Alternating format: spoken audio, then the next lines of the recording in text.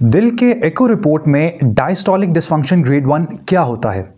ये कितना ख़तरनाक मर्ज़ है? इसके लिए क्या इलाज दरकार होता है? इलाज दरकार होता भी है या नहीं होता, इससे मुतालिक आज मैं आपको बहुत अहम बातें बताऊंगा। मेरा नाम डॉक्टर जुनैद अरशद है। मैं एक कार्डियोलॉजिस्ट हूँ और रावलपिंडी इस्लामाबाद में अपनी प्रैक्टिस करता हूँ।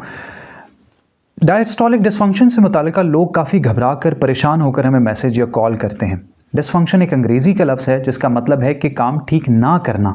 तो दिल से मुतालिका ज़ाहिर है कि अगर कोई भी रिपोर्ट ऐसी होगी जिसमें ये लिखा होगा कि ये काम ठीक नहीं करा, तो लोग डेफिनेटली परेशान हो जाएंगे।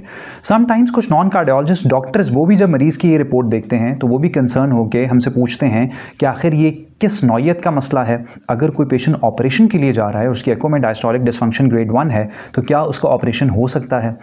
इसको समझने के लिए हम हार्ट के कुछ बेसिक फंक्शन को समझते हैं। हार्ट जब फंक्शन करता है तो उसके दो मेजर फेजेस होते हैं। एक को हम कहते हैं सिस्टोलिक फेज और एक को हम कहते हैं डायस्टोलिक फेज। सिस्टोलिक फेज या सिस्टली के दौरान हार्ट के मसल्स कॉन्ट्रैक्ट करते हैं, सुकड़ते हैं और ब्लड को आगे जिस्म तक फेंकते हैं। हार्ट का ये फंक्शन है कि पूरे जिस्म को खून पहुंचाना, तो खून आगे जो फेंका जाता है वो सिस्टोलिक फेज या सिस्टली के दौरान होता है। डायस्टोलिक फेज के दौरान हार्ट के मसल्स रिलैक्स करते हैं और सारे जिस्म का ब्लड वो वापस हार्ट के अंदर आता है।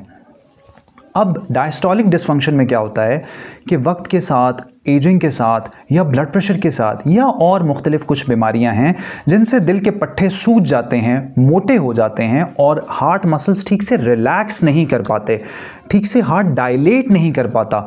उसकी वजह से जब ब्लड उसके अंदर वापस आएगा, हार्ट ठीक से रिलैक्स नहीं करेगा तो हार्ट मसल्स के अंदर प्रेशर बढ़ जाएगा। प्रेशर बढ़ेगा तो आहिस्ता आहिस्ता बैक प्रेशर बढ़ेगा, यानी जो पीछे की तरफ सारे सिस्टम है वहाँ पे ब्लड एक्यूमुलेट होना शुरू होगा, जमा होना शुरू होगा और हार्ट के साथ पीछे जो इंटरकनेक्टेड होता है सिस्टम, वो लंग्स का होता है। हार्ट और लंग्स ये आपस में इंटरकनेक्टेड होते हैं। तो जब फेफड़ों के अंदर प्रेशर बढ़ता है, फेफड़ों के शरियानों में प्रेशर बढ़ता है, तो अल्टीमेटली इसका एंड रिजल्ट सबसे जो एक्सट्रीम फॉर्म है उसमें फेफड़ों में पानी भर जाता है, जिसको हम पल्मोनरी एडीमा कहते हैं। ये ओल्ड एज में, हाइपरटेंसिव पेशेंट्स में, फीमेल पेशेंट्स में बहुत कॉमन है और एक्सट्रीम फॉर्म में लॉन्ग टर्म में ट्रीटमेंट ना होने की सूरत में खुदा न खासा जानलेवा हो सकता है, मौत का सबब भी बन सकता है।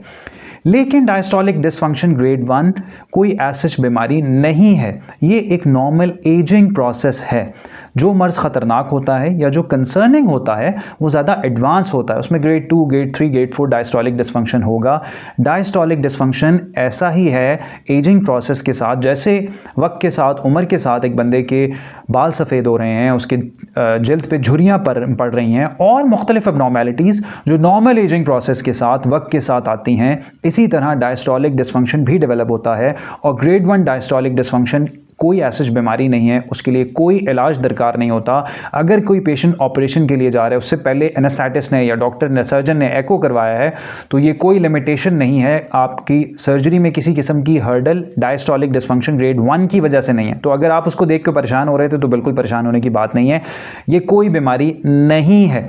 एको से मुतालिका मैंने एक और वीडियो में कि दिल का एको क्या है उसमें फ़र्दर डिटेल्स बताई हैं। रिपोर्ट से मुतालिका भी एक वीडियो, उनके लिंक्स में डिस्क्रिप्शन में डाल दूंगा, आप वो देख सकते हैं एको से मुतालिका फ़र्दर डिटेल्स के लिए। मैं उम्मीद करता हूँ ये वीडियो आपको फ़ायदा देगी। अगर ये आपको फ़ायदा दे तो और लोगों में शेयर कीजिएगा, मेरे चैनल को सब्सक्राइब कीजिएगा। आपका सुनने का शुक्रिया।